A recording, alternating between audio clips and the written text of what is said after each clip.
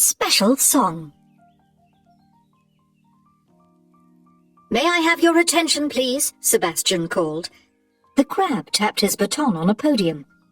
King Triton's birthday was in a few days, and the court musicians were planning a special concert to celebrate. The king's daughter, Ariel, would sing while the orchestra played a brand new tune. Sebastian wanted the performance to be spectacular, but they still had a lot of work to do. Sebastian raised his baton, and beautiful music filled the air. Until... clang! "Who did that?" Sebastian demanded. I did," a young mermaid named Coral replied. "The best way to play the cymbals is to hold on to them," Sebastian snapped. The rehearsal continued, but it went from bad to worse. Coral dropped her cymbals again. Clang! Then she tripped and fell on a kettle drum. Boom! "Rehearsal is over," the crab yelled, storming off. Ariel hurried over to Coral to help her up. "I'll never be perfect," said Coral sadly. "Don't worry," Ariel said. "The only thing I'm perfect at is upsetting Sebastian. You should have seen him the last time I went to the surface." Coral looked at Ariel, surprised. "You've been to the surface?" Ariel nodded. "I'm always gathering treasures. Would you like to see my collection?" she asked.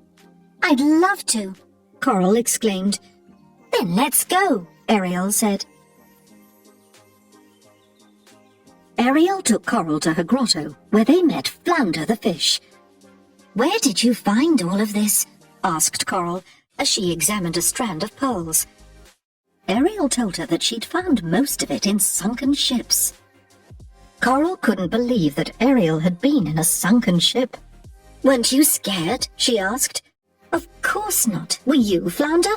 Ariel teased her friend. "Who, me? No," fibbed Flounder. "Then let's go," Ariel said. Ariel's friends followed her to a ship that had sunk to the ocean floor. They swam through a large porthole and up to an old trunk. "Look at this," cried Ariel, holding up a purple parasol. "And this," Coral said, as she picked up a fancy lampshade. "I wonder what it's for." "My friend Scuttle can tell us," Ariel said. "Follow me to the surface." Scuttle the seagull examined the lampshade. "This is a twirler-riffer," he declared. "It's what human ladies wear when they go somewhere important." Coral decided to keep it at Ariel's grotto to make sure it didn't get broken at home. The next day, as Ariel swam to the grotto, she heard a beautiful song. "Coral, you should be singing, not playing the cymbals," Ariel said when she saw her friend. "I just like singing to myself," Coral said shyly. At their next rehearsal, Sebastian made the orchestra practice over and over and over again. "The big day is tomorrow. This concert needs to be fit for a king." But by the end of the afternoon, Ariel's voice was tired and raspy. By the next day, the day of the concert, Ariel had lost her voice. But she knew who could take her place. Coral, of course. "I can't sing in front of a crowd," said Coral. "Sure you can," Flounder replied. Coral thought about how she had visited a sunken ship and gone to the surface, things she had never thought she could do, all because of Ariel. Now, Ariel was counting on her. "All right," she said. "I'll do it." That night, when Coral peeked out from backstage, she nearly fainted. The entire kingdom was there. But when it was time for the concert to start, Coral took a deep breath and bravely swam out on stage.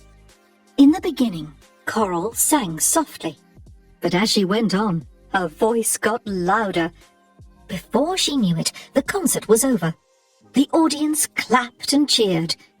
"No more cymbals for you, Coral," You're a court singer, Sebastian said.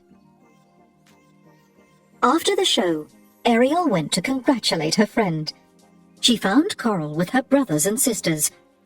I didn't know you could sing like that, one sister exclaimed.